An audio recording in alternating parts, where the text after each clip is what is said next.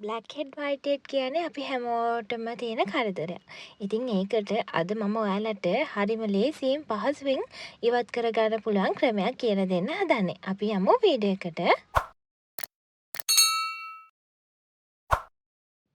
ඉතින් මේ වැඩේට අපිට අවශ්‍ය වෙනවා ජෙලටින්. ජෙලටින් තමයි මේකේ ප්‍රධාන අමුද්‍රව්‍ය. ඊට අමතරව උණු වතුර ටිකක් අවශ්‍ය වෙනවා.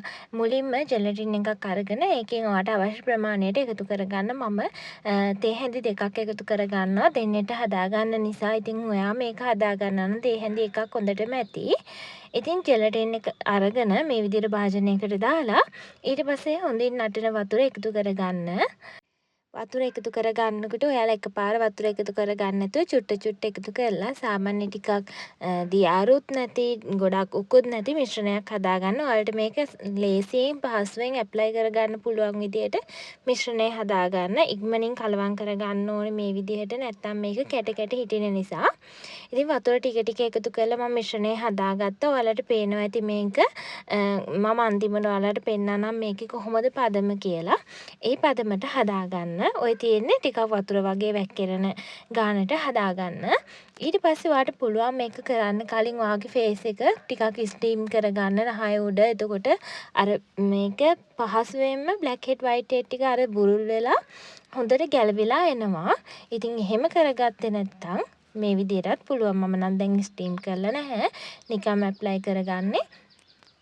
ඔයාලට පුළුවන් මේක බ්‍රෂ් එකකිනුත් ඇප්ලයි කරගන්න. එහෙම කරනවා නම් පහසුයි. මේ විදිහට නහය උඩ හොඳට මේ ජෙලටින් මිශ්‍රණය ගා ගන්න. ඊට පස්සේ ටිෂු එකක් කපලා මෙන්න මේ වගේ ඒකට උඩින් අලව ගන්න.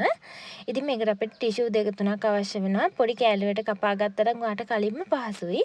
ඊට පස්සේ ඒකටත් උඩින් මේ වගේ ආයෙත් ජෙලටින් මිශ්‍රණය ගානවා. ඊට පස්සේ ආයෙත් ඒකට උඩින් ටිෂු අලව ගන්නවා. සාමාන්‍යයෙන් ටිකක් ඝනකම් තට්ටුවක් වෙනකම් මේක මම අලව ගන්නවා.